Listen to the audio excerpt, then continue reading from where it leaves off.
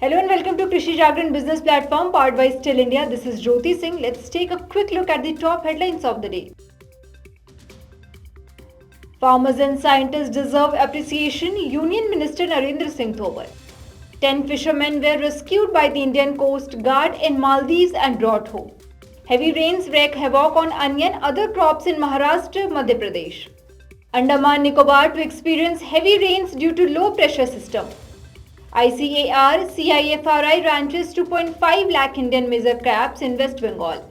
Experts predict boost in cotton cultivation in North India due to recent rain. Before 2014, the nation had very few urban development policies, Amit Shah. Union Minister Narendra Singh Tomar spoke to students as well as number of other agriculture academicians and scientists at the 7th National Convention of Agrivision, which was sponsored on Saturday by the Akhil Bharatiya Vidyarthi Parishad. The Agriculture Council of India was established in order to combat the irregularities that currently exist in the agriculture sector, according to a statement released by the EBVP. It was also suggested that permanent professors be appointed to agriculture universities. If a farmer fills our stomach, why can't we call him a rich, prosperous or food provider farmer instead of calling him poor? Asked Union Agriculture Minister Tomar. Our economy's foundation and the backbone of our nation is the agriculture industry. Our agriculture researchers and farmers need to be recognized and they should always be given encouragement.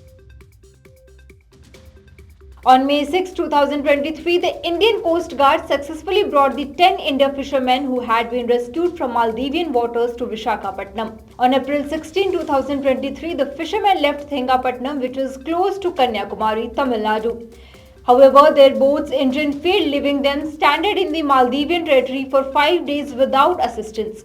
On April 26, 2023, the fishermen were recovered by the MV Furious when the Maldives Research and Rescue Area in the collaboration with the Indian Coast Guard MRCC. These fishermen were rescued from the commercial ship travelling off Campbell Bay in the Atmosphere Island, and the Coast Guard ICG Vigrah was sent to board them based on information obtained at Maritime Rescue Coordination Center. Out of 10 fishermen, 8 belong to Vizhinjam in Kerala, while 2 are from Kanyakumari in Tamil Nadu. A preliminary medical examination of all 10 rescued fishermen was carried out on board the Coast Guard ship and all were found to be in a healthy state.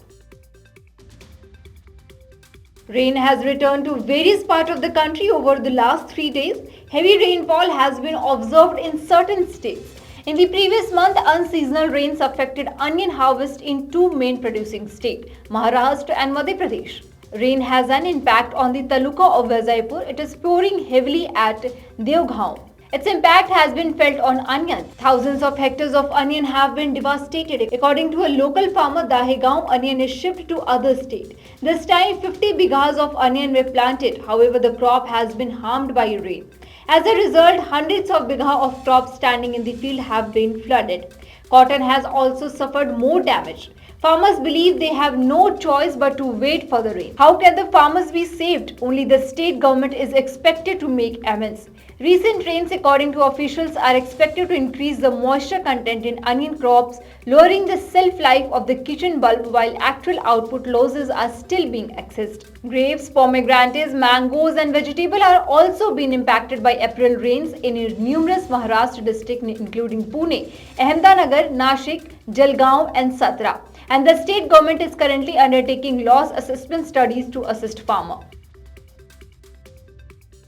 The system that has been forming in the Bay of Bengal will finally take shape in the next 24 hours, essentially kicking off the 2023 monsoon cyclone season as predicted earlier this week. A cyclonic circulation formed over the southeast Bay of Bengal earlier this morning. According to the India Meteorological Department, it will now have an impact on the establishment of a low pressure area over the same region around Monday morning. By 9th of May, the low will have intensified into a depression.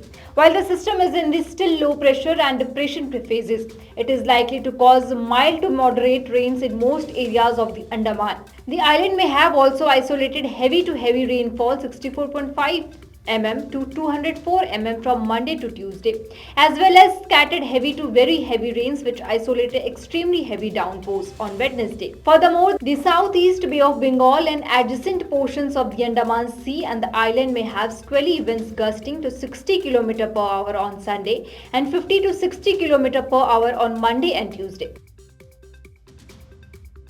On 6th May 2023, under the Namami Gang program, ICAR Central Inland Fisheries Research Institute at Brackpore organized a National River Ranching Program 2023 at Barendrapara Ghat at Bali in Howrah, West Bengal. Under the Namami Gang program, ICAR Central Inland Fisheries Research Institute at Brackpore organized a National River Ranching Program 2023 at Barendrapara Ghat at Bali in Howrah, West Bengal, adjoining to Holi Belur March on 6th May 2023. With the continuation of the National Steam Farming System, which was stated on the 5th of April 2023 from Navadip town in West Bengal. The program was carried out at several stretches spanning 3 different states. More than 9 lakh fish fingerlings were famed to date from April to May 23 with the aim of 22 lakhs.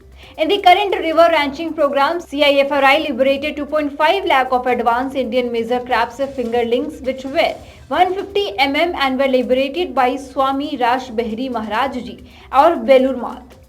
Ramakrishna Mission and Ramakrishna Math and Dr. Bashant Kumar Das, Director of CIFRI, were present.